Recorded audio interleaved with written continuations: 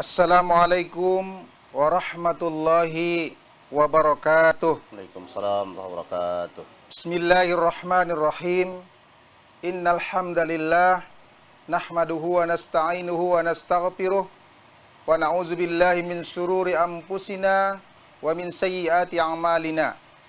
May yahdihillahu fala mudhillalah wa may yudlil falan tajida lahu waliyyan mursyida.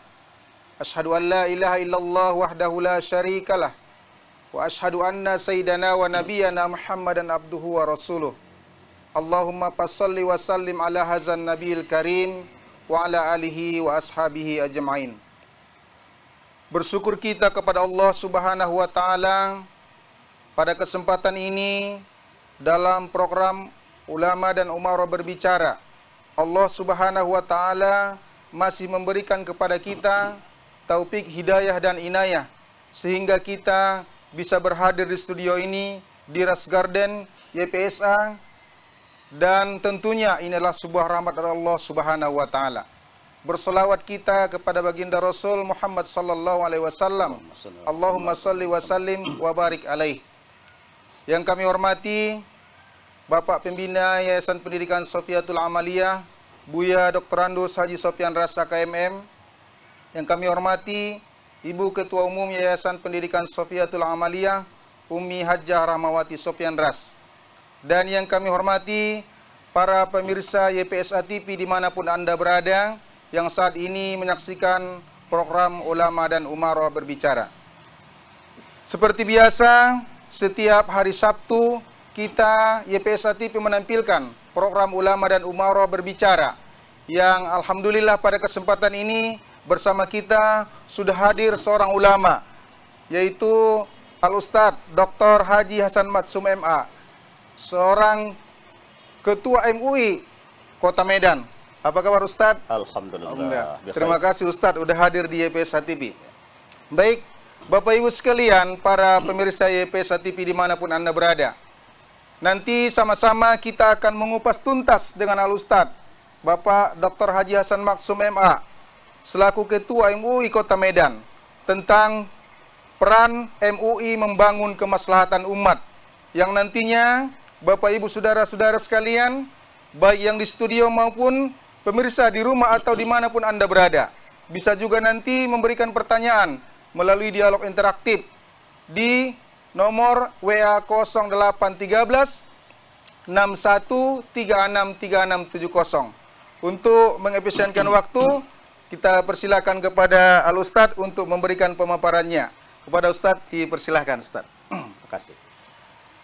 Assalamualaikum warahmatullahi wabarakatuh. Waalaikumsalam warahmatullahi wabarakatuh. Bismillahirrahmanirrahim. Alhamdulillahirabbil alamin wa bihi nasta'in ala umurud dunya waddin. Wassalatu wassalamu ala sayyidina Muhammadin sayyidil mursalin wa ala alihi wa sahbihi ajma'in. Qala ta'ala fil Qur'anil 'azim wa huwa asdaqul qailin. A'udzu billahi minasyaitonir rajim. Bismillahirrahmanirrahim. Innama yakhsyallaha min ibadihi ulama. Shadaqallahul 'azim. Yang sama kita hormati, kita muliakan Buya kita Dr. Haji Sopyan Ras AKMM beserta ibu yang tercinta yaitu Umi Hajjah Rahmawati Sopyan Ras, sekaligus sebagai Ketua Umum Yayasan Pendidikan Sofiatul Amaliyah. Para pemirsa, baik di studio maupun di rumah dan dimanapun berada yang kami muliakan dan dirahmati Allah SWT. Alhamdulillah pada kesempatan pagi hari ini kita dapat berbincang dan nanti insya Allah kita akan berdialog melalui saluran interaktif YPSA TV, merupakan TV kebanggaan kita. Selain menyiarkan konsep-konsep dakwah, peran-peran dakwah, himbau-himbauan kebaikan, juga sekaligus menyiarkan bagaimana kita membangun peradaban ini melalui lembaga pendidikan seperti Yayasan Safiatul Amaliyah ini. Para pemirsa yang dirahmati Allah, tadi saudara kita Abdul Rashid sebagai host kita hari ini yang luar biasa telah menyampaikan bahwa hari ini kita mengupas tuntas tentang peran MUI membangun kemaslahatan umat. Saudara yang dirahmati Allah, MUI sebagai lembaga kemasyarakatan, MUI adalah bagian ormas Islam di Indonesia, walaupun wujud MUI ini memang didirikan oleh pemerintah di era Presiden Soeharto. Pada Munas tahun 2015, MUI telah menetapkan, mengevaluasi mengenai peran-peran MUI yang awalnya hanya 5 menjadi 6 peran, yang kesemuanya memang diarahkan membangun kemaslahatan umat. Yang pertama, peran itu adalah MUI atau pengurus MUI adalah sebagai pelanjut dari tugas-tugas kenabian. Ulama adalah pewaris Nabi. Wal anbiya lam yuwarrithu dinaron wala dirhaman. Dan para nabi itu tidak meninggalkan, tidak mewariskan dirham, tidak mewariskan dinar. Innama warrathu ilman. Tapi seorang nabi atau para nabi hanya mewariskan ilmu pengetahuan. Faman akhadahu faqad akhadha hadzan wafiran. Barang siapa yang mewaris keilmuan ini, maka sesungguhnya dia telah mewarisi sesuatu yang luar biasa. Nilainya di sisi Allah Taala dan di sisi manusia. Oleh karena itu, para pemirsa yang dirahmati Allah, untuk menjadi pengurus MUI itu memang ada syaratnya. Syaratnya secara minimal dia memang harus memahami konsep-konsep keilmuan tentang Islam. Pertama, dia harus secara minimal bid-doruri istilahnya memahami konsep tentang akidah. Rasanya terlalu naif masuk menjadi pengurus MUI tapi rukun iman tak hafal. Nah, ini kan bahaya. Kenapa? Karena dia harus memerankan peran-peran kenabian tersebut. Yang pertama, peran kenabian itu adalah menyampaikan konsep tauhid, bagaimana mengesahkan Tuhan, bagaimana menyembah Allah dengan benar, dari konsep ketauhidan itu. Nah, yang kedua, secara minimal dia harus memahami ilmu syariat. Jadi sangat naif juga kalau ada pengurus MUI mau membimbing umat tapi rukun sholat pun tak tahu. Nah, ini kan bahaya.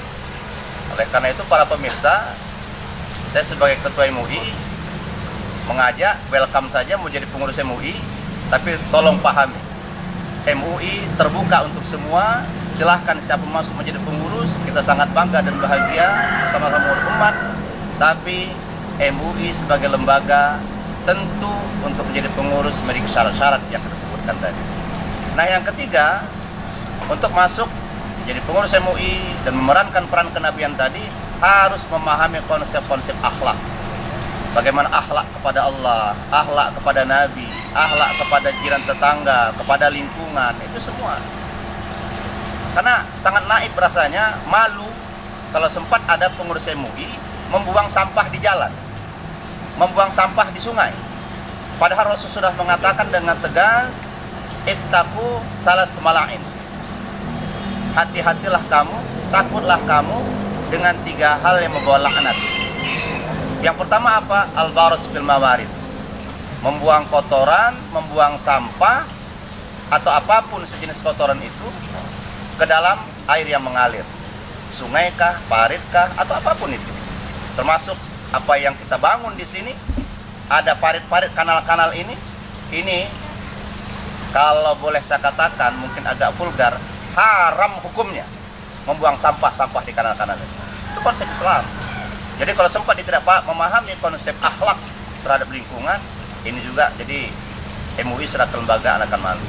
Nah, ini jadi peran pertama yang harus diemban oleh pengurus MUI atau kita-kita yang duduk di lembaga MUI ini adalah memerankan peran-peran kenabian sebagai warasatul anbiya. Ini yang pertama. Nah, yang kedua, ini peran berat ini, yaitu peran mufti, peran memberi fatwa. Karena beratnya para pemirsa yang dirahmati Allah, peran ini tidak banyak memang bukan dilakoni ya, tidak banyak diproduk oleh MUI fatwa-fatwa. Saya alhamdulillah sudah berada di MUI Kota Medan ini sejak tahun 2003 sampai 2022 ini. Insya Allah akan terus berlanjut. Mudah-mudahan Allah panjangkan umur saya dalam keberkahan. Selama lebih kurang 19 tahun itu tak lebih dari 10 fatwa kita keluarkan. Mengapa seperti itu? Ya karena berfatwa itu berat. Fatwa itu istilahnya hasil ijtihad. Ijtihad itu adalah badlul juhdi li'idrakil hukmi syar'i min adillah tafsiliyah. Harus betul menumpahkan segala kemampuan, kesungguhan untuk menemukan hukum syar'i ini. Nah, karena begitu beratlah kerja dari seorang mufti ini, maka sekali lagi kita memang hati-hati dalam berfatwa. Jangan sempat fatwa yang kita keluarkan justru menjadi cemoohan di tengah umat. Mengapa menjadi cemoohan? Karena mungkin dalil-dalil yang tak begitu kuat, pertimbangan hukum yang tidak begitu mumpuni. Nah, selain itu, memang fatwa tidak banyak kita keluarkan, ya karena ada kaidah fikih yang mengatakan bahwa setiap yang banyak itu pasti murah. Setiap yang banyak itu pasti murah. Nah, jadi kita khawatir nanti terlalu banyak fatwa justru tidak lagi dipandang oleh umat sebagai pedoman dalam kehidupan. Nah, peran fatwa terakhir yang kita keluarkan adalah fatwa tentang ini tahun Maret 2002 ya. Fatwa tentang hukum menyewakan lahan masjid untuk pemancar. Jadi ada transmisi ya, ada transmisi yang mendirikan alat pemancar di sana, itu hukumnya bagaimana? Nah, itu sudah kita keluarkan fatwa itu. Kebetulan ini permohonan berasal dari Medan area, hukumnya boleh mubah setelah tujuan wakaf itu tercapai. Artinya lahan wakaf, tanah itu tercapai untuk membangun masjid, sisanya masih luas, silahkan itu disewakan, yang manfaatnya kembali ke peruntukan wakaf. Nah, itu dia, bukan manfaatnya kembali ke kantong najir. Nah, itu yang salah, itu haram hukumnya. Jadi manfaatnya kembali kepada peruntukan wakaf. Ini sudah kita keluarkan fatwa pada tahun 2002 ini, karena 2002 baru satu fatwa, maka otomatis nomornya nomor satu tahun 2022. Nah, para pemirsa YPSA TV yang dirahmati Allah, baik yang di studio maupun di rumah. Yang ketiga, setelah peran sebagai mufti ini, yaitu peran pelayan dan pembimbing ummah, yaitu peran riayah wa khidmatul ummah. Nah, peran pembimbing pelayan ummah ini umumnya MUI bersinergi dengan berbagai pihak. Bisa dengan Pimpo secara luas, yaitu pemerintah dalam arti eksekutif, bisa dengan pemerintah dalam arti legislatif. Tahun 2017 MUI bersama legislatif itu menginisiasi, mengerjakan sekaligus tentang perda pengawasan panganan halal dan higienis. Alhamdulillah tahun 2017 ini perda itu keluar, dan alhamdulillah hari ini bisa menjadi pegangan untuk umat Islam di Kota Medan bagaimana kita mengawasi, kemudian kita melaksanakan sertifikasi halal berdasarkan perda tersebut, yang memang pada tahun 2014 sebelumnya sudah ada memang undang-undang, tetapi undang-undang belum efektif berlaku. Maka kita kawal undang-undang ini melalui perda supaya efektif berlaku dengan masyarakat. Ini peran yang kita lakukan, bersinergi dengan pemerintah. Nah, kemudian kita juga bersama pemerintah Kota Medan melaksanakan pendidikan kader ulama. Ada beberapa periode yang telah kita lakukan, karena satu periode itu 5 tahun MUI ini. Jadi beberapa periode kita sudah lakukan itu, walaupun belakangan ini kita evaluasi model pendidikan kader ulama itu, dan untuk sementara ini memang tidak terlaksana. Kita rencanakan 2022 kita akan mulai kembali untuk melaksanakan pendidikan dan kader ulama. Yang memang pesertanya ini kita mulai yang dididik itu adalah mereka yang telah tamat dari pendidikan SMA sederajat. Bisa dari pesantren, ya ini bisa juga mahasiswa ikut di sana. Jadi mahasiswa kita didik, harapan kita nanti peran ri'ayah wa khadimul ummah ini, peran pembimbing pelayan umat ini bisa kita titipkan melalui mereka untuk menyampaikan dakwah-dakwah ke masjid-masjid yang ada di sekitar Kota Medan ini, atau ke masyarakat, STM dan sebagainya. Itu peran yang kita lakukan melalui peran ri'ayah wa khidmatul ummah. Nah, kemudian bersama pemerintah dalam arti eksekutif juga kita kerjasama dengan Polres. Ya, ini dengan Polres, penyuluhan narkoba. Kita tahu bahwa narkoba begitu luar biasa di Kota Medan ini. Ya, disampaikan kepada saya oleh Satuan Intelkam 3 Mabes. Dari Mabes 3 Kombes datang kepada saya di kantor MU Kota Medan menyampaikan bahwa untuk kasus narkoba kita sudah sampai kepada level yang darurat, yang sangat mengkhawatirkan. Sumatera Utara itu level 1, juara 1 tingkat penggunaan narkoba se-Indonesia, dan Kota Medan adalah nomor 1 se-Sumatera Utara.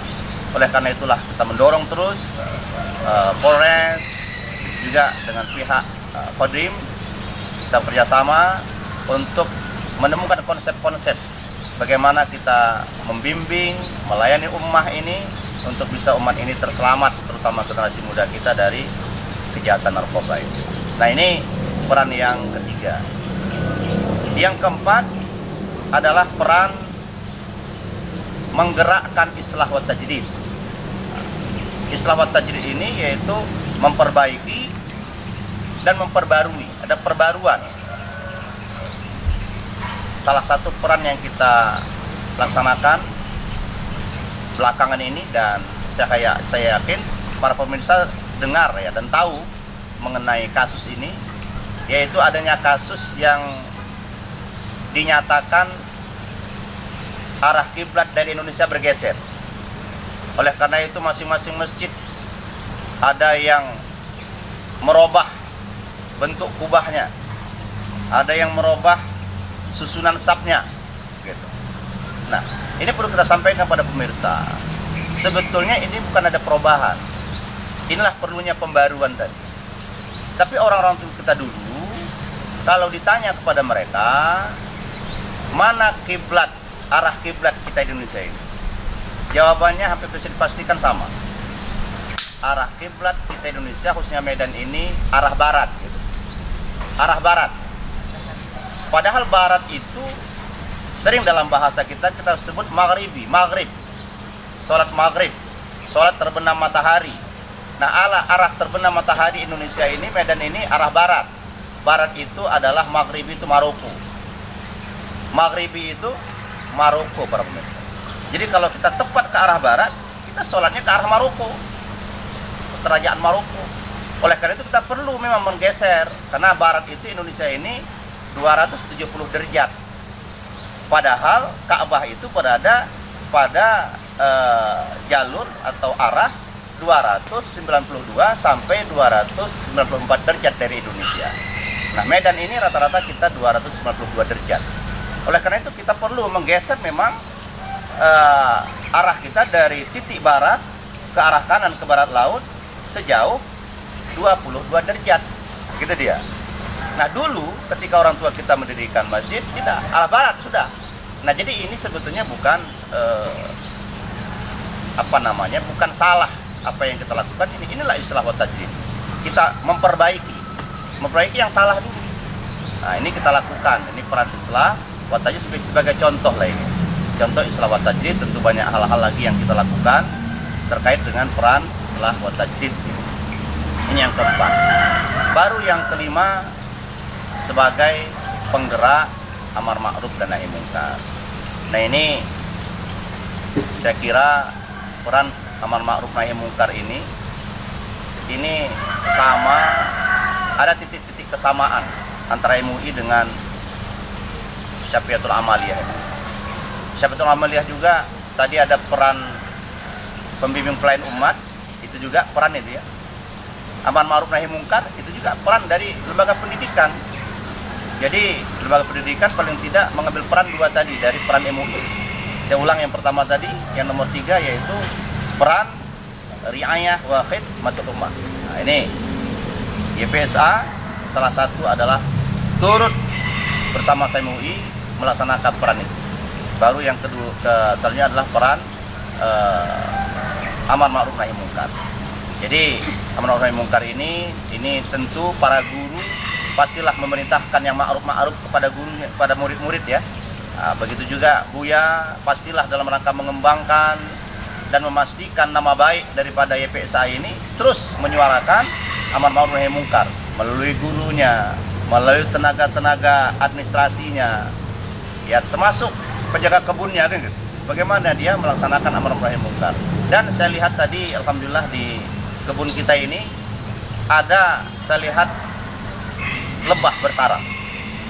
Ini mengapa lebah bisa bersarang di sana? Tentu karena memang kita salah satu peran amar ma'ruf nahi mungkar itu. Ya kita melaksanakan amar ma'ruf, hal-hal baik. Ada pohon-pohon yang berbunga, kita biarkan bunga itu. Kalau seperti kita berbuat mungkar, harus kita potong. Nah, gara-gara bunga yang terus tumbuh dengan baik, lebah pun senang datang di sini. Kalau sudah hewan senang datang, apalagi manusia. Setelah naluri, makhluk ini sama, senang dengan keindahan, senang dengan kebaikan. Nah, inilah peran-peran inilah yang sama kita lakukan. Ya, saya katakan tadi ada peran kesamaan, apalagi kalau kedepannya peran sinergi. Wah, ini luar biasa ini. Ini baru sama ya. Perannya baru sama-sama apa tadi, riayah wal ummah dan amar ma'ruf nahi mungkar, apalagi kalau bersama nanti ke depan sinergi. Sebagai yang saya katakan tadi, MUI bersinergi dengan Pemko dalam arti legislatif dan eksekutif, begitu juga dengan Polres, begitu juga dengan Kodim. Ya, kita bersinergi. Ke depan mungkin kita bisa bersinergi dalam kaitan ini dengan Yayasan Pendidikan Syafiatul Amaliyah. Bagaimana contohnya? Contohnya mungkin MUI Kota Medan menyaring anak-anak yang tidak mampu, misalnya ya, tidak mampu tapi punya bakat, punya talenta, punya kemampuan yang luar biasa.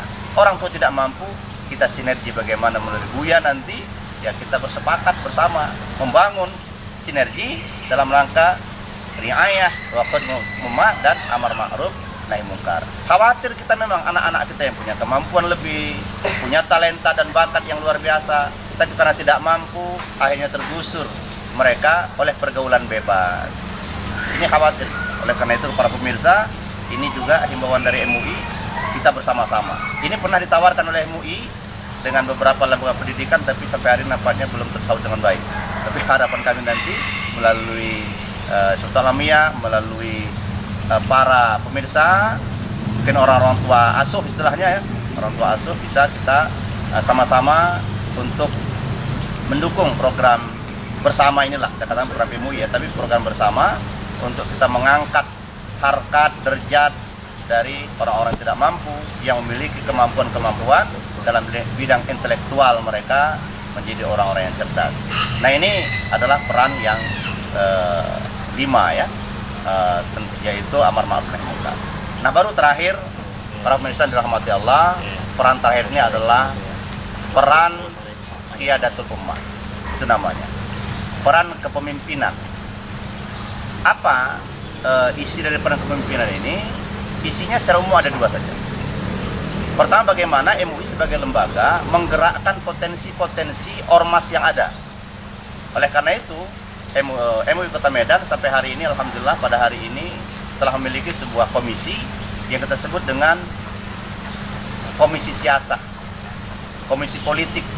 Nah, komisi politik kita ini telah mengumpulkan ormas-ormas Islam yang ada di Kota Medan. Lebih kurang ada 52 ormas Islam di Kota Medan ini. Kita rutin melaksanakan rapat bagaimana potensi, kalau bahasa kita potensi kuat terserak ini kita kumpul. Sambil kita bimbing mereka, terutama dalam momen-momen politik. Jangan sempat umat kita ini terkecoh, apalagi melakukan penyimpangan dalam hal melakukan peran-peran politiknya.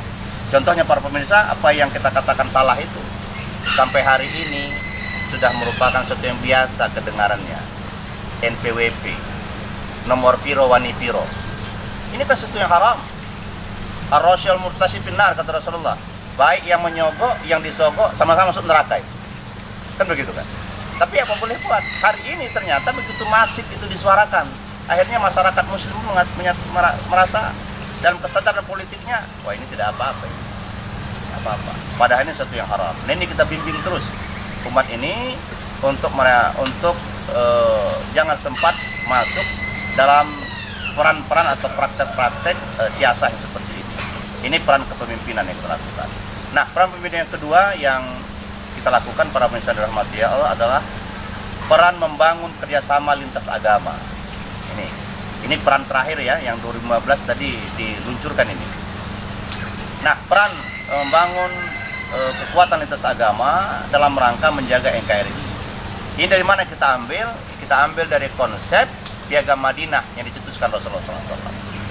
Rasulullah SAW ketika akan mendirikan sebuah negara besar, dimulai dari Madinah, apa yang dilakukan pertama?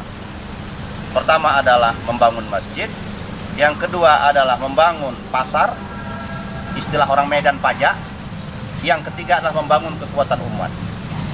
Dia rekat kekuatan umat ini, ada Yahudi, Bani Quraiza, Bani Qainuqa, ada Bani Nadir itu di sana, 3 kekuatan besar dari Yahudi dipanggil Rasulullah.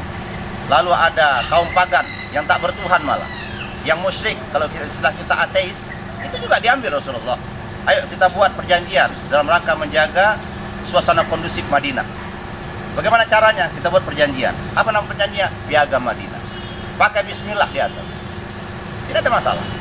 Nah, oleh karena itu, para pemirsa dirahmati Allah, saya berharap kita contoh bagaimana peran Rasulullah, bahwa dalam rangka menjaga suasana kondusif kota Medan, suasana kondusif negara kita ini, kita kerjasama. Itu dicontohkan Rasulullah langsung. Bagaimana dia membangun Madinah melalui Piagam Madinah ini. Ini kita laksanakan. Yang tidak boleh kita adalah kita mencampur, memix bidang-bidang ibadah dan akidah. Dalam konsep itu tentu kita menyatakan lakum dinukum waliyadin. Nah, dalam kaitan ini para pemirsa dirahmati Allah, saya ulangi lagi, kita perlu mencontoh Rasulullah dalam rangka membangun suasana kondusif di kota Medan, di Indonesia, melalui peran-peran yang dilakukan oleh MUI. Ini kita mengajak secara bersama. Kita juga mengajak kepada masyarakat, baik yang duduk di ormas atau masyarakat secara umum, kalau ada masalah-masalah silahkanlah datang ke MUI Kota Medan atau ke MUI yang manapun. Insya Allah dengan kita duduk bersama, kita musyawarahkan bersama, konflik internal eksternal kita yakin dapat kita selesaikan dengan baik. Rasulullah mengatakan, ma khaba manish tasaro, tidak akan pernah rugi orang yang musyawarah. Teruslah kita musyawarah dalam rangka menyelesaikan problema-problema keumatan ini yang kita rasa hari ini, dan saya yakin terus ke depan akan ada saja fenomena persoalan-persoalan yang kita hadapi. Dan sebagai bagian dari penutup pengantar ini, saya ingin menyampaikan fenomena-fenomena terbaru yang kita rasakan hari ini. Saya merasa agak sedih karena justru ada sebagian persoalan itu muncul dari ruang-ruang masjid, konflik internal masjid. Ini kita harapkan para BKM hati-hatilah, jangan sempat problem masjid diselesaikan di Polda, malu kita. Persoalan internal masjid diselesaikan oleh pengacara, agak malu. Persoalan masjid diselesaikan di pengadilan, agak malu. Duduklah kita bersama. Insya Allah kita bisa selesaikan itu, dan harapan kita tentu masjid adalah tempat ibadah, masjid tempat ibadah adalah tempat ketenangan. Jangan sempat orang tak tenang di masjid. Berikan ketenangan kepada masyarakat, kepada jamaah di masjid-masjid kita. Jangan sempat kita berkonflik hal-hal yang kecil. Karena kalau sudah itu terjadi, pastilah umat kita, jamaah kita tidak tenang, pasti dia akan menjadi ketenangan di tempat lain. Maka apa jadinya? Akan didirikan masjid yang baru. Saya sebagai ketua MUI senang, bangga kita menambah masjid. Tapi kalau masjid didirikan atas dasar ada konflik di awalnya, ini sebuah kesedihan.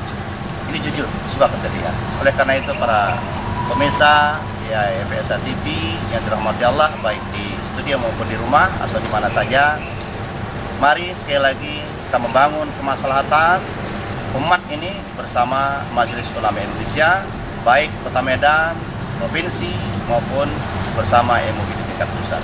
Kiranya ini dulu mendapat saya sampaikan sebagai pengantar dari dialog kita, diskusi kita dalam kaitan tema kita hari ini, peran MUI membangun kemaslahatan. Ya, baik Ustadz. Tentunya para pemirsa YPSA TV dimanapun Anda berada, begitu juga yang di studio, begitu menarik tema kita pada hari ini, peran MUI membangun kemaslahatan umat. Saya yakin para pemirsa banyak yang mau disampaikan, yang mau ditanyakan kepada Ustadz. Tapi tentunya di awal Ustadz, tentu kalau kita melihat peran yang begitu banyak ini, ya salah satunya memang peran utamanya ini yang pertama tadi Ustadz. Paling tidak ya saya lihat melanjutkan peran kenabian itu. Jadi Nabi itu ternyata tidak mewariskan harta, tidak uang, tidak dinar, tapi mewariskan ilmu ya Ustaz. Tapi itulah dia. Untuk kita di MUI itu harus betul-betul orang yang berilmu ya Ustaz ya. Ya tentunya tauhidnya lah, bagaimana syariatnya, bagaimana akhlaknya. Ya tertariknya saya tadi Ustaz, bahkan sampai ada pernyataan Ustaz, kalau orang yang masih mau membuang sampah sembarangan itu termasuk kategori ke haram ya Ustaz ya. Iya. Ya baik, Bapak Ibu para pemirsa YPSA TV dimanapun berada, mungkin ada yang mau disampaikan melalui pertanyaan melalui langsung, dipersilakan kepada Bapak Ibu pemirsa yang ada di studio. Andaikan ada yang mau ditanyakan, sambil kita juga menunggu dengan pemirsa yang dari rumah. Baik, oh ini ada Ustadz ini. Assalamualaikum Ustadz. Waalaikumsalam warahmatullahi wabarakatuh. Apa usaha yang telah dilakukan oleh MUI dalam mencetak generasi Qurani yang tidak hanya hafal Quran, tapi juga bisa menuliskan serta memahami yang dihafalnya? Karena zaman sekarang banyak yang hafal tapi hanya sekadar hafal, sehingga implementasinya kurang untuk masyarakat. Apakah ada metode atau usaha lain yang dilakukan kepada rumah-rumah tahfiz dan pesantren untuk masalah ini Ustaz? Oh ini lebih upaya yang dilakukan MUI Ustaz terhadap penghafal Al-Quran ini Ustaz. Ya langsung saja Ustaz.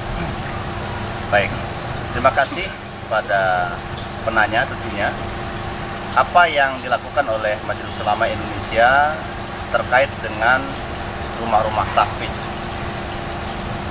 Saya memang baru-baru ini ada pemohon ya yang datang kepada kita memohon rekomendasi untuk bisa menjadi imam di Uni Emirat Arab.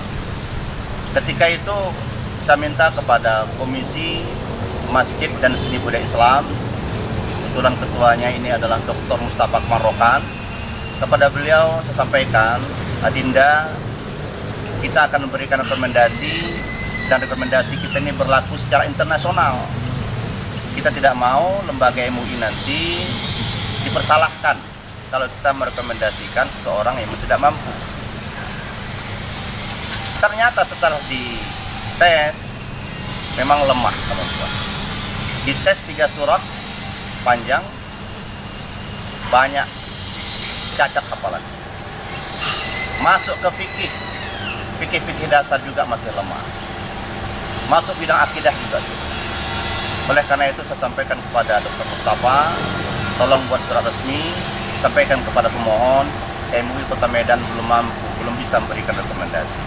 Karena bagaimanapun kita ingin rekomendasi yang kita berikan itu betul-betul berwibawa. Dites nanti di Uni Emirat Arab memang mampu, tapi kalau tajwidnya masih lemah, ini bagaimana? Nah, oleh karena itu kepada rumah tahfiz, pertama kita himbau kepada pengasuh-pengasuh, pengajar rumah tahfiz, pastikanlah dulu bahwa santri kita, siswa kita betul-betul sudah mampu Minimal saya katakan tadi, mampu bidang apa, hafalannya betul-betul uji. Yang kedua, bidang ilmu tajwidnya betul-betul mumpuni. Yang selanjutnya adalah bidang keilmuan Islam dasar. Apa tadi itu? Akidah. Dia harus memahami memang konsep akidah yang dasar itu. Syariah. Dia paham bagaimana sholat, pelaksanaan sholat, syarat sah sholat, rukun sholat, itu harus paham dia. Baru selanjutnya adalah konsep-konsep akhlak, dia harus paham. Ini saran kita, dan ini pernah kita lakukan bersama para pengajar. Ketika itu para pengajar tahfiz Quran, begitu juga para pengajar Iqra. Ya, Iqra kita itu ambil dari tenaga pengajar Iqra, kemudian tahfiz Quran ini kita ambil untuk kemudian kita laksanakan dalam istilah MUI itu tahsinul qiraah. Ya, tahsinul qiraah ini kita bimbing beberapa lama. Tahsinul qiraah ini bersama narasumber kita ada dari Jawa, ketika itu didampingi oleh Dr. Suwasirait. Jadi kalau kita dari Medan, Dr. Suwasirait kita minta untuk mendampingi. Nah, ini kita lakukan dalam kaitan apa? Dalam kaitan kita ingin betul-betul bahwa produk-produk dari rumah tahfiz ini betul-betul mampu, paling tidak secara teoritis dulu, baru nanti prakteknya kita harapkan bersesuaian lah. Apa yang disampaikan oleh penanya tadi itu betul, bahwa kita khawatir jangan-jangan sampai ini hafalan-hafalan ini hanya pada tingkat normatifnya saja. Dia menghafal, ya dia mungkin kognitif, psikomotoriknya dia bisa, ya, tapi pada psikomotorik lebih jauh mempraktekkan pesan-pesan Al-Quran, ya, dia tidak mampu. Maka hal-hal seperti ini terus kita menghimbau. Apalagi MUI, peran MUI ini sudah saya sampaikan tadi kan riayah wa khidmatul ummah, membimbing terus. Membimbing ini tidak bisa selesai sekali, ya, tidak bisa selesai sekali, harus terus menerus, ya. Kalau kita mendirikan bangunan, ada periodenya. Berapa lama siap bangunan ini? 5 bulan. Berapa lama ini? 6 bulan. Selesai. Sudah itu dibiarkan. Tapi yang namanya membangun ummah itu tidak bisa. Harus terus menerus. Ya, apalagi kadang-kadang seperti saya katakan tadi, mungkin ketika di rumah tahfiz hafal ini sudah. Iya. Nah, tapi berapa bulan di lapangan, maafnya hafiz kita ini bergaul dengan teman-temannya yang mungkin ya tidak habis. Iya. Maafnya yang mungkin agak nakal. Ya, tahulah kita bahwa kata Rasulullah, hati-hati kamu terhadap Al-Quran. Sesungguhnya Al-Quran itu, maaf, lebih liar daripada onta yang tidak diikat. Hati-hati. Hari ini kita hafal betul, tapi karena pergaulan kita yang tidak mendukung, seminggu kemudian 1 surah hilang, 2 minggu 2 surah hilang. Mengapa? Hati-hati kata Rasulullah terhadap Al-Quran, karena Al-Quran itu lebih liar daripada onta yang tidak diikat. Oleh karena itu kita sarankan terus kepada rumah tahfiz, didik anak, arahkan utama bidang akhlaknya ini selain hafalan, supaya mereka betul-betul bisa memuliakan Al-Quran dan mulia bersama Al-Quran. Nah, itu harapan kita. Karena kasus, saya ulangi lagi, sudah terjadi, ada kita tes, ternyata yang syahadahnya hafal 30 juz, kita lihat syahadah luar biasa. Begitu kita tes 3 surah, baru 3 surah dites, ternyata 3 surah itu tidak lulus. Inilah kepada para pemirsa, mobil khusus pada penanya, yang dapat saya sampaikan dalam kesempatan ini. Ya, baik Ustadz, tentunya MUI tetap terus memberikan bimbingan lah kepada rumah-rumah tahfiz ya Ustadz ya. Ini ada masuk lagi pertanyaan ini Ustadz. Assalamualaikum Ustadz, bagaimana sikap MUI menanggapi kebijakan produk halal yang sudah diambil alih oleh pemerintah, dalam hal ini Kementerian Agama? Oh, ini masalah logonya pun kemarin agak ribut ini Ustadz ya. Ya langsung aja Ustadz. Ya. Ini saya senang dengan pertanyaan ini. Ya. Mengapa saya senang? Karena ini terkait langsung dengan sistem perekonomian kita. Jadi kepada para pemirsa baik di studio maupun di rumah dari mana saja berada, bahwa produk halal ini bukan lagi merupakan ikon umat Islam, walaupun memang munculnya dari teks-teks normatif keislaman, tapi ternyata yang begitu besar-besaran menyuarakan sertifikasi halal ini justru muncul dari negara-negara non-muslim. Kita belum ada undang-undang tentang jaminan halal, di Singapura sudah ada. Di Thailand apalagi. Padahal kita tahu, Singapura itu kita hanya 13% umat muslim di sana. Thailand juga seperti itu, lebih kurang. Malaysia sudahlah, ya Malaysia memang mayoritas. Dan mereka masalah segi halal lebih maju. Bahkan Malaysia menyatakan bahwa mereka menjadi halal hub, pusat halal dunia, international halal hub, mereka nyatakan. Nah, Amerika juga seperti itu, Australia juga seperti itu. Mereka sangat-sangat antusias mengembangkan sertifikasi halal, walaupun memang target mereka adalah target ekonomi. Nah, jadi peluang bisnis dalam sertifikasi halal ini memang sangat besar. Nah, oleh karena itu perlu diatur. Selain peluang bisnisnya, ini juga merupakan hal yang sangat-sangat kita butuhkan dalam rangka menjaga dan mengawal umat Islam ini jangan sempat mengkonsumsi sesuatu yang tidak halal. Nah, di Indonesia ini sejak tahun 89 ini diperankan oleh MUI sampai November 2020. Saya ulangi ya, sampai November 2020. Termasuk MUI Kota Medan. Sejak 2007 ya. Sejak 2007 alhamdulillah kita sudah mendirikan LP-POM bersama lab-nya ada di sana. Sampai sekarang alhamdulillah lab itu tetap berdiri di LP-POM Kota Medan. Nah, sampai November 2020 kita melakukan sertifikat halal. Nah, setelah itu sebagaimana ditanyakan tadi oleh pemirsa kita, sekarang diambil alih oleh kementerian. Nah, saya merasa bangga justru diambil alih ini. Mengapa merasa bangga? Karena justru ini bisa diatur menurut regulasi yang bisa dieksekusi. MUI bagaimanapun hebatnya sebuah lembaga ini, dia tetaplah sebuah lembaga ormas yang tidak bisa melakukan eksekusi kecuali himbauan. Sudah saya katakan tadi, riayah wa khidmatul ummah, membimbing melayani ummah, hanya menghimbau. Bisa kayak MUI mengeksekusi? Tidak bisa. Yang bisa melakukan eksekusi itu adalah negara.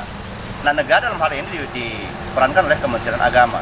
Dengan munculnya Undang-Undang Nomor 33 Tahun 2014, Undang-Undang tentang Jaminan Produk Halal, yang belakang diikuti oleh peraturan pemerintahnya Nomor 31 Tahun 2019. Alhamdulillah 2024 insya Allah tidak akan ada lagi beredar produk yang tidak ada logo halalnya. Tidak ada. Ketika ada beredar panganan yang tidak berlogo halal, ini bisa dipidana, bisa dieksekusi. Nah, oleh karena itu kita merasa bangga kita terlindungi di negara ini dengan undang-undang tersebut. Persoalan teknis kemudian diambil alih oleh Kementerian Agama. Saya ulangi lagi, karena memang kementerian atau negaralah yang punya hak eksekusi. MUI tidak memiliki hak eksekusi, para pemirsa. Jadi tolong jangan terlalu sedih. Kami bangga ya, kami senang masyarakat begitu antusias dengan mendukung MUI. Kami senang dan bahagia. Tapi saya ingin sampaikan, bagaimana bahagianya dukungan dari masyarakat, membahagiakan kita, menyenangkan kita. MUI sebagai lembaga tidak bisa mengeksekusi. Kita perlu lembaga yang mampu bisa mengeksekusi, yaitu lembaga negara diwakilkan oleh Kementerian Agama. Mudah-mudahan dengan terlaksananya Undang-Undang Nomor 33 2014 dengan peraturan pemerintah Nomor 31 2019 ini, gairah sertifikasi halal di Indonesia secara umum dan Medan pada khususnya nanti bisa terus bangkit ya. Dan termasuk kita, jangan lupa kita harus menjadi bagian dari pemeran untuk jaminan produk halal. Ciptakan UMKM ya, paling tidaklah UMKM usaha kecil, mikro ya, menengah. Jadi usaha-usaha ini perlu kita munculkan dari entrepreneur muslim supaya pasar kita yang begitu luas ini, maaf saya tidak bermaksud sekalian dalam kalimat ini, bisa dimanfaatkan oleh umat Islam. Hari ini, mohon maaf para pemirsa, justru kita dijadikan pasar pasar konsumtif ya, pasar untuk memasarkan produk. Nah, bagaimana potensi umat Islam yang begitu luar biasa, jadi konsumen ini, suppliernya juga adalah muslim-muslim yang memang mampu untuk mengembangkan bakat-bakat entrepreneurship. Saya kira ini terkait dengan Ustaz ya. sertifikasi halal ini. Ya, tentunya mungkin itu Ustaz, pemahaman di masyarakat ini seolah-olah ketika pemerintah mengambil untuk sertifikasi halal itu oleh Kementerian Agama, seolah-olah masyarakat itu menganggap, oh itu diambil alih dari MUI, jadi MUI itu tidak ada apa-apanya. Sebenarnya bukan ya Ustadz ya. Artinya bahwa memang hak eksekusi itu, kalau di MUI ini dia hanya sebatas ormas yang hanya bisa memberikan himbauan. Tapi ketika Kementerian Agama dalam hal ini pemerintah bisa mengeksekusi ketika produk-produk yang tidak halal itu. Ada tambahan sedikit ya, saya lupa tadi. Izin ya kepada Abdul Rashid.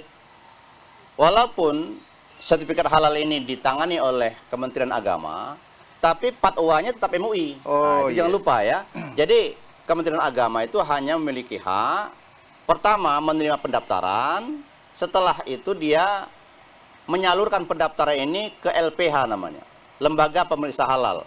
Saya mohon doa dari pemirsa dan dukungan juga dari ayahanda Buya Sopian Ras untuk MUI. Sekarang kita sedang berkejaran dengan waktu ini mendirikan LPH, Lembaga Pemeriksa Halal, yang saat ini tinggal 2 berkas yang belum kita miliki. Pertama adalah berkas kerjasama dengan laboratorium yang terakreditasi, karena laboratorium MUI itu belum terakreditasi. Nah, ini akreditasi.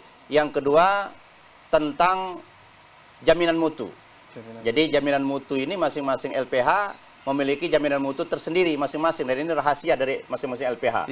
Jadi 2 ini sedang kita kerjakan. Insya Allah kalau sudah nanti ada laboratorium yang terakreditasi kerjasama dengan MUI Kota Medan, dan ada sudah kita buat, kita munculkan jaminan mutu, insya Allah LPH Kota Medan akan lanjut beroperasi sebagai kelanjutan dari LP POM. Nah, nanti hasil dari pemeriksaan LPH itu dikembalikan ke ke BPJPH atau Badan Penyelenggara Jaminan Halal di Kemenak, lalu ini diserahkan ke MUI untuk dipatwakan. Itu dia, apakah hasil pemeriksaan ini telah memenuhi kriteria halal atau tidak. Kalau memenuhi kriteria halal, maka Komisi Fatwa akan menyatakan ini halal. Keluarlah sertifikat halal. Nah, Kementerian Agama hanya berhak mengumumkan. Bukan berhak mengolah, tidak berhak. Pasal ini halal atau tidak itu tetap menjadi wewenang Majelis Ulama. Jadi itu kepada para pemirsa, jangan khawatir, porsi Majelis Ulama Indonesia baik di pusat sampai daerah sangat kuat dalam persoalan sertifikasi halal, karena fatwanya tetap dari Majelis Ulama Indonesia. Sekali lagi, kementerian hanya berhak menerima dan mengeluarkan. Itu saja hak mereka di sana. Ini perlu saya jelaskan supaya kegalauan, kesedihan bersama MUI yang kami sangat banggakan itu tetap bersama dengan kita. Ya, saya kira demikian. Baik, para pemirsa YPSA TV dimanapun berada, yang di studio, andaikan ada yang mau ditanyakan, kita kasih satu pertanyaan lagi. Silakan Ustadz, sampaikan namanya Ustadz. Bismillahirrahmanirrahim. Assalamualaikum warahmatullahi wabarakatuh. Waalaikumsalam warahmatullahi wabarakatuh. Mohon izin yang terhormat Dr. Handres Buya dan Ibu Hajar Rahmawati, dan kepada Ustadz Dr. Haji Hasan Matsum MA. Jadi Ustadz, mohon izin Ustadz, ingin kami tanyakan. Jadi di era perkembangan zaman ini yang kami prihatinkan sebagai tenaga pengajar, khususnya kami dari unit SD itu, karena kan memang kita memfokuskan ke generasi penerus. Jadi melihat dari budaya-budaya dari luar, terutama dari pengaruh gadget, itu yang membuat moral-moral akhlak yang terutama kepada generasi penerus itu yang semakin bertambah zaman, tambah bertahun juga, itu semakin menurun. Dari bukan hanya dari akhlak, bahkan dari kualitas SDM generasi penerus itu sendiri secara presentasinya menurun gitu. Jadi mengacu seperti itu, yang ingin kami tanyakan dari peran MUI dari menghadapi perkembangan zaman dan menghadapi permasalahan kepada generasi penerus yang kita dipengaruhi oleh budaya-budaya dari luar seperti itu. Yang selanjutnya Ustadz izin kami jadi ada salah satu poin yang Ustadz sampaikan, yaitu peran MUI adalah peran memberikan fatwa ya Ustadz ya, insyaallah. Jadi yang kita di masyarakat umum ini yang kita ketahui ya, sebagai contoh kan ada beberapa ustadz atau penceramah masyhur yang kita tidak tahu, yang Ustadz sampaikan tadi bahwa itu mungkin kaderisasi dari lulusan yang lembaga MUI buat. Jadi kadang memberikan fatwa yang kita sebagai masyarakat awam ini kadang kebingungan ini. Fatwa MUI dengan penceramah terkadang berbeda seperti itu. Terus kalau misalnya salah satu contoh di Aceh, itu adalah namanya MPU Aceh, Majelis Pemusyawaratan Ulama. Terkadang itu pun berbeda dengan keputusan MUI dari pusat. Seperti itu Ustaz. Insyaallah sekian dari kami. Mohon izin tadi belum perkenalkan nama kami Kevin Akbar Mutakin. Kami dari unit SD. Assalamualaikum warahmatullahi wabarakatuh. Waalaikumsalam. Langsung aja Ustaz. Baik, kepada Adinda Kevin ya, ada dua hal yang disoroti tadi. Pertama adalah pengaruh budaya luar. Sekali lagi saya sampaikan bahwa MUI itu adalah lembaga yang berperan sebagai riayah wa khidmatul ummah, pembimbing pelayan ummah. Oleh karena itu sampai hari ini MUI masih terbatas memang secara kelembagaan, kita baru bisa membangun secara spesifik pendidikan kader ulama. MUI tidak punya sekolah SD atau ibtidai misalnya gitu ya. Nah ini tentu kita harapkan masyarakat secara bersama-sama terinspirasi dari sabda Rasulullah, kullu mauludin yuladu alal fitrah. Setiap anak itu dilahirkan atas dasar fitrah keislaman. Pabawahu. Nah ingat, hadis ini bukan pawalidahu. Seharusnya kalau mau kita ambil sistematika berpikir dari hadis ini, kullu mauludin yuladu alal fitrah pawalidahu. Tapi ternyata lari dari pawalidahu. Kullu mauludin yuladu alal fitrah pa'abawahu. Mengapa Rasulullah mengambil kata pa'abawahu bukan pawalidahu? Karena Rasulullah tahu betul bahwa pendidikan tidak bisa hanya diperankan oleh orang tua yang melahirkannya atau orang tua biologisnya.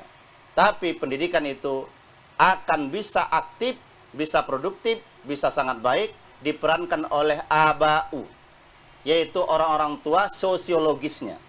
Oleh karena itulah kepada para pemirsa, jangan kita kira bahwa ketika anak tetangga kita nakal, kita tidak punya peran dosa di situ. Boleh jadi nanti yang ditanya pertama itu adalah kita. Kita tahu anak tetangga kita nakal, tak pernah kita nasihati. Apa nanti kita tidak diminta pertanggungjawab? Diminta pertanggungjawaban. Kenapa? Kata Rasulullah Pak Bawahu. Maka orang tua sosiologisnya lah yang akan menjadikan dia yuhawidanihi, ayunassiranihi, ayumajisanihi. Yang akan mencetak dia menjadi Yahudi, Nasrani atau Majusi. Siapa itu? Sekali lagi bukan walidunnya. Sebagaimana doa kita, Allahumma firli wali walidayya. Itu adalah orang tua biologisnya. Tapi adalah abunnya, yaitu orang-orang tua sosiologisnya. Kita bertanggung jawab. Ini perlu terus kita suarakan, termasuk sekolah. Ya ini luar biasa peran dari Buya kita, Buya Sofyan Ras ya. Dia betul-betul merasa bertanggung jawab, sebagaimana teks hadis tadi, sebagai bagian dari orang tua sosiologis, bertanggung jawab menyelamatkan anak-anak generasi ini, sehingga nanti ketika Buya ditanya, sudah ya Allah, sudah laksanakan peranku. Nah kita bagaimana? Nah ini sekarang kita, kalau Buya alhamdulillah, sama Umi sudah laksananya peran-peran abaknya itu. Pak Walidahu, apanya? Abunnya tadi. Nah sekarang kita ini. Oleh itu para pemirsa, melalui YPSA Channel ini, TV ini, MUI lagi-lagi menghimbau kita, mari kita bersama-sama. Peran-peran Pak Abawahu, Abaun ini tidak bisa kita perankan hanya satu orang, dua orang. Tapi harus bersama-sama. Secara masif kita bersama-sama dalam rangka tadi apa yang dikatakan oleh adinda kita tadi, jangan sempat muncul generasi-generasi yang nanti tidak mampu mengemban amanah, melanjutkan amanah keagamaan kita, amanah kebangsaan kita, kan boleh jadi pengaruh jajat yang begitu luar biasa akan merusak cara kerja, akalnya, memorinya, otaknya, kan begitu. Sehingga kita kehilangan generasi yang mampu mengemban amanah, baik amanah kenegaraan, amanah keagamaan, amanah kebangsaan kita untuk masa-masa yang akan datang. Ini bersama-sama kita. Nah, kemudian yang selanjutnya, ini fatwa ini bagaimana Ustaz? Ada kadang-kadang para ustadz kita ini memberikan fatwa yang menyimpang, tidak sesuai. Saya sampaikan para pemirsa dirahmati Allah. MUI paling tidak pada hari ini yang saya ingat sudah mengeluarkan 3 fatwa tentang aliran menyimpang. Yang pertama adalah aliran menyimpang yang disampaikan oleh Hirfi Nuzlan, Tarekat Naqsabandiyah Babur Ridha di Yang Panah Hijau. Dia mengatakan bahwa Islam itu bersih hati. Siapapun yang bersih hatinya, dia pasti masuk surga walaupun apapun agamanya. Wah, ini menyimpang ini ya. Ini sudah kita sampaikan fatwa itu. Ya, sesat ini.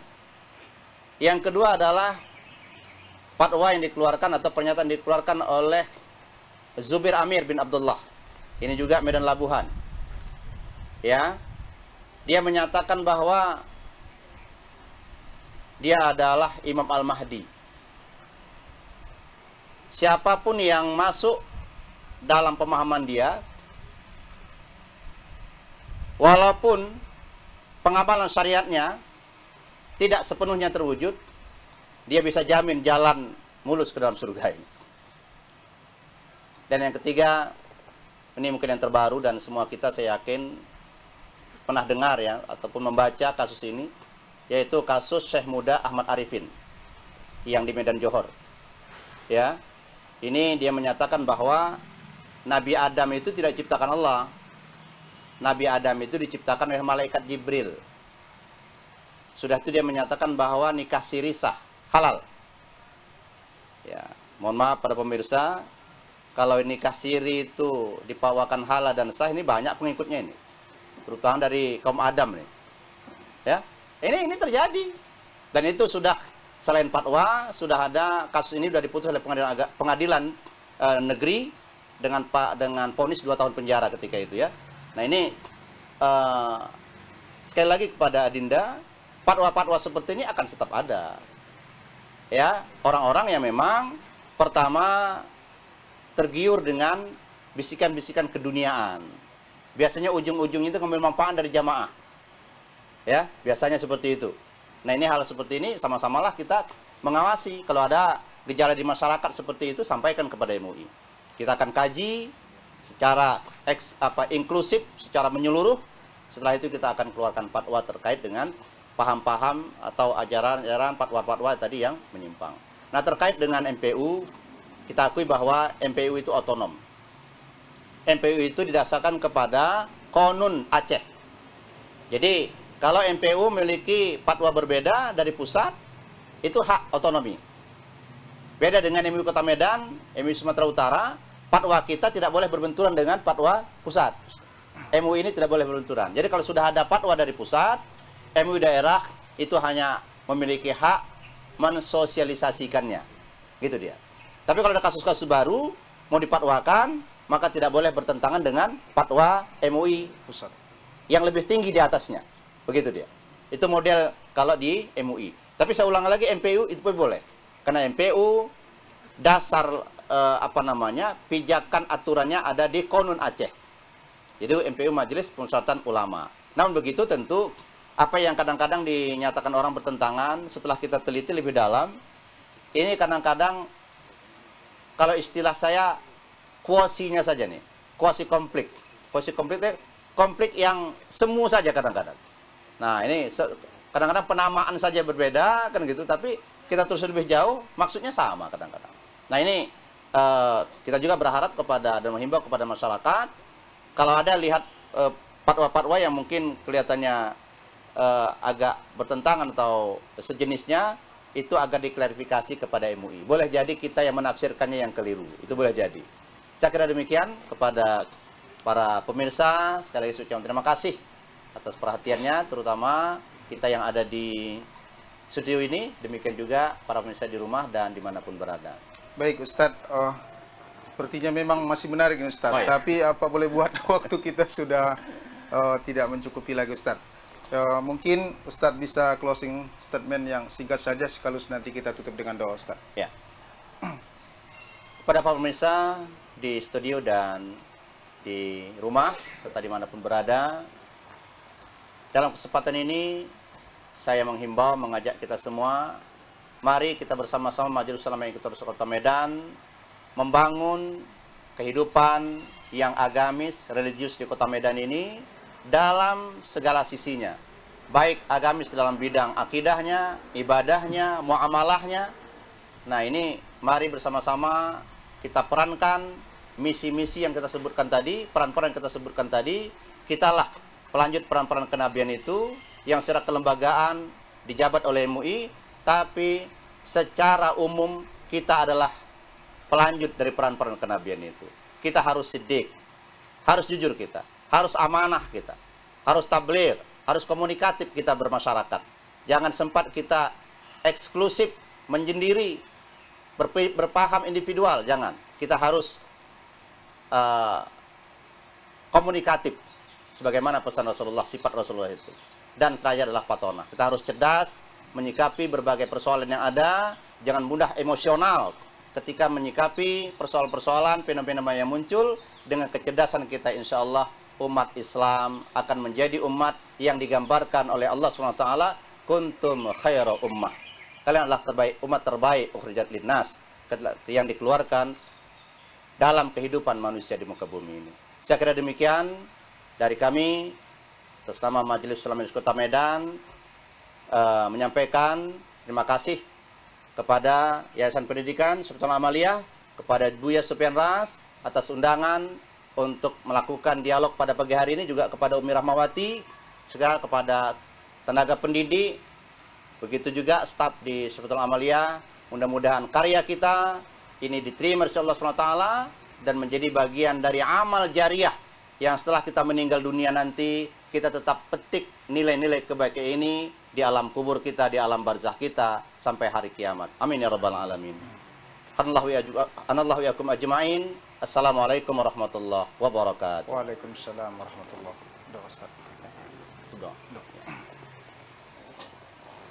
A'udzu billahi minasyaitonir rajim. Bismillahirrahmanirrahim. Alhamdulillah wassalatu wassalamu ala sayyidina Muhammadin wa ala alihi wa sahbihi ajma'in. Allahumma alif baina qulubina wa aslih dhata bainina wahdina subulas salam ya dzal jalali wal ikram. Allahumma ya Rabb, tunjukkanlah kepada kami bahwa yang benar itu benar dan berikan kemampuan kepada kami ya Rabb untuk mengikuti segala kebenaran, dan tunjukkan kepada kami ya Rabb bahwa yang batil, yang salah itu salah, dan berikan kekuatan kepada kami ya Rabb untuk menghindari, menjauhi segala yang salah tersebut. Allahumma rabbana taqabbal minna du'ana innaka tas-sami'ul 'alim wa tub 'alaina ya maulana innaka antat tawwabur rahim. Allahumma ya Rabb, berikan kemudahan kepada kami ya Rabb, kemudahan khususnya kepada Yayasan Pendidikan Syafiatul Amaliyah dalam melaksanakan amanah pendidikan, amanah pengajaran dalam rangka mengangkat harkat martabat khususnya umat Islam di Kota Medan, Sumatera Utara, Indonesia pada umumnya ya Rabb. Allah Rabbana ghafir lana dzunubana wa liwalidayna warhamhuma kama rabbayana shighara wa li jam'il muslimina wal muslimat wal mu'minina wal mu'minat. Rabbana atina fid dunya hasanah wa fil akhirati hasanah wa qina adzabannar. Wa sallallahu wasallam ala sayyidina Muhammad wa ala alihi wa sahbihi ajma'in. Walhamdulillahirabbil alamin. Taqabbalallahu minkum Inna wa minkum taqabbal ya karim. Terima kasih kita sampaikan kepada Ustadz Dr. Haji Hasan Matsum MA yang telah memaparkan tentang peran Majelis Ulama Indonesia membangun kemaslahatan umat. Tentunya dalam kesempatan ini kita terus berharap bahwa YPSA TV terus akses tentunya dengan cara like dan subscribe di channel YouTube untuk mengembangkan dakwah di Yayasan Pendidikan Syafiatul Amaliyah pada umumnya seluruh Indonesia dan dunia. Tentunya mari sama-sama kita tutup pengajian kita ini dengan membaca doa kafaratul majelis. Subhanakallahumma wa bihamdika astaghfiruka wa atubu ilaih. Saya sebagai pembawa Abdul Rasid undur diri. Assalamualaikum warahmatullahi wabarakatuh. Waalaikumsalam warahmatullahi wabarakatuh.